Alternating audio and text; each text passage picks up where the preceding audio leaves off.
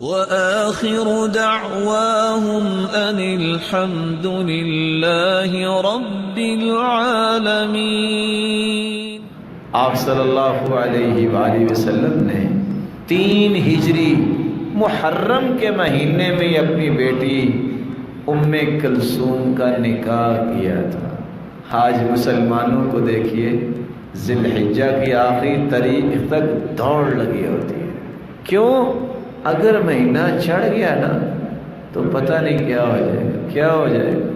اللہ کے رسول صلی اللہ علیہ وسلم نے اپنی بیٹی کا نکاح محرم میں کیا ہے۔